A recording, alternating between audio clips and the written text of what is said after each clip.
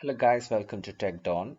Today in this video we are going to see a simple trick how to move a content to another place in an Excel sheet, or how to move a selected row to another place, or how to move a selected column to another place. Let's go into the video.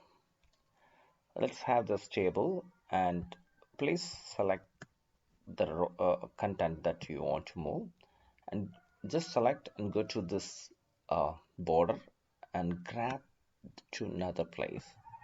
You can move and enter a content that's selected to another place, or if you want to move a selected column to another place, just select the column, go to the border and then move to another place. And if you want to move a selected row to another column, you can apply the same logic.